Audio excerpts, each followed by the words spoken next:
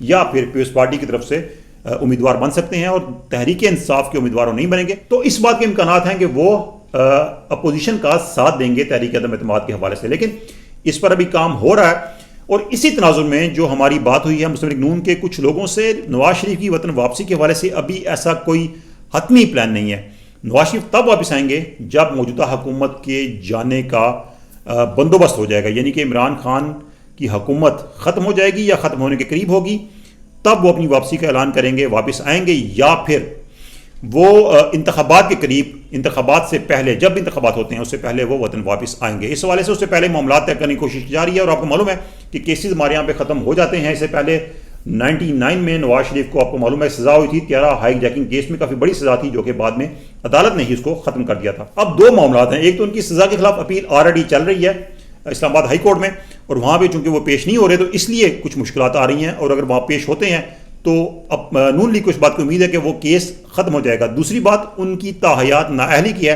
تو تاحیات نااہلی دوستو اس صورت میں ہے کہ جو آرٹیکل 62-63 کے تحت نااہلی ہوئی ہے اس میں آئین میں کوئی مدت کا تعین نہیں کیا گیا. تو اس کو سپریم کورٹ نے انٹرپریٹ کیا تھا کہ مدت کا تعین نہ ہونے کا مطلب ہے کہ نااہلی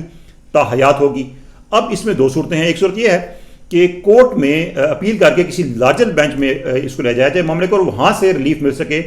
اس نااہلی کے حوالے سے نون لیگ کو، اور نااہلی ختم ہو سکے. دوسرا، اگر نون لیگ اکثریت میں آتی ہے آئندہ انتخابات میں، جس کی وہ توقع کر رہے ہیں کہ ان کو اکثریت ملے گی،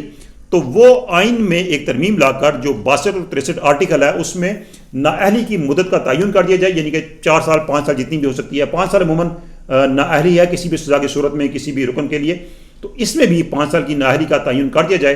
تب بھی نواز شریف کی سزا ختم ہو سکتی ہے اور آئندہ انتخابات کے بعد وہ پھر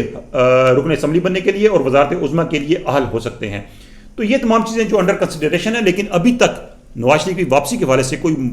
جو فائنل پلان ہے وہ طے نہیں. کچھ ایسی بھی اطلاعات ہیں کہ جو ایک ہم ڈیل کی بات کرتے ہیں، ایسے بھی کچھ معاملات چل رہے ہیں اور اس میں کچھ دوست ممالک جو ہیں وہ بھی شامل ہیں، اور اس بات کی کوشش کی جا رہی ہے کہ نواز شریف وطن واپس ہیں، ان کی سزائیں ختم ہو جائیں، لیکن وہ سیاست میں حصہ نہ لیں، کنگ میکر بنیں، پیچھے بیٹھیں، سیاست کریں، اور ان کی پارٹی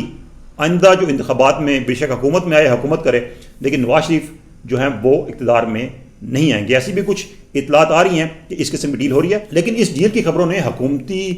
حلقوں کو کافی پریشان کر رکھا ہے، اور بالخصوص وزیر اعظم عمران خان خود بھی کافی پریشان ہے. اور اس پریشانی کے بعد انہوں نے اب اپنے کچھ قریبی دوستوں کو کہا ہے کہ ان کی ذمہ داری لگائی ہے، ان کو یہ اسائنمنٹ دی ہے کہ وہ اس بات کا پتہ لگائیں کہ آخر کیا ہو رہا ہے، اور نواز شریف کی سزا کے حوالے سے، ان کے ساتھ جو ڈیل کے حوالے سے کون ڈیل کر رہا ہے، کیا ڈیل ہو رہی ہے، اس حوالے سے انہوں نے بھی اپنے کچھ گھوڑے دوڑائے ہیں کہ ان کو بھی کچھ انفارمیشن ملے کہ چل کیا رہا ہے آخر. کیونکہ واقعی ایک پریشانی تو بن گئی ہے حکومت کے لیے کہ نواز شریف کی واپسی کے حوالے سے جو خبریں آنا شروع ہو گئی ہیں، اور آپ نے دیکھا ہوگا کہ حکومتی ترجمان کافی سرگرم ہو گئے ہیں سوشل میڈیا پہ بیانات کی حد تک، اور نواز شریف کے جو پہلے باہر جانے کی مخالفت کر رہے تھے اب ان کی واپسی کے حوالے سے طنز کر رہے ہیں اور مختلف قسم کے بیانات جاری کر رہے ہیں. تو یہ ڈیولپمنٹس کچھ ہو رہی ہیں پاکستان کی سیاست میں. اس کے علاوہ اگر ہم آپ کو بتائیں کہ 23 مارچ کا وقت ہے، یعنی کہ مارچ تک کا وقت ہے، کیونکہ مارچ کے بعد پھر آپ کو معلوم ہے کہ رمضان کا مہینہ ہوگا، بجٹ آ جائے گا، اور اس کے بعد باقاعدہ طور پر الیکشن ایئر شروع ہو جائے گا.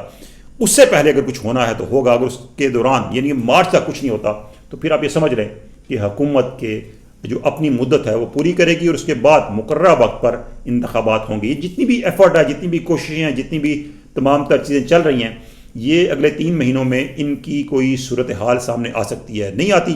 تو اس کے بعد پھر آپ انتظار کیجئے 2023 کے انتخابات کا، اور انتخابات میں پھر جو بھی صورتحال ہوگی اس کے مطابق سیاسی جماعتیں حصہ لیں گی. اور اپوزیشن یہ گارنٹی پھر چاہ رہی ہے اسٹیبلشمنٹ سے کہ وہ انتخابات میں نیوٹرل رہے. جو بات ہوتی ہے شفاف اور صاف انتخابات کی، وہ یہی ہو رہی ہے کہ اسٹیبلشمنٹ خود کو نیوٹرل رکھے تو انتخابات صاف اور شفاف ہوں گے، اور جو بھی پارٹی اقتدار میں آتی ہے وہ پھر آگے سے انان حکومت چلائے. تو یہ ڈیولپمنٹس ہیں دوستوں پاکستان کی سیاست میں چل رہی ہیں. ہم نے کوشش کی آپ کو ایک پکچر دکھائی جائے کہ ہو کیا رہا ہے. تو آج کی ویڈیو اگر آپ کو اچھی لگی ہو تو آپ اس کو دوستوں سے شیئر کیجیے گا، لائک کیجیے گا، اور کمنٹس میں آپ نے اپنا فیڈ بیک ضرور دینا ہے. اللہ حافظ.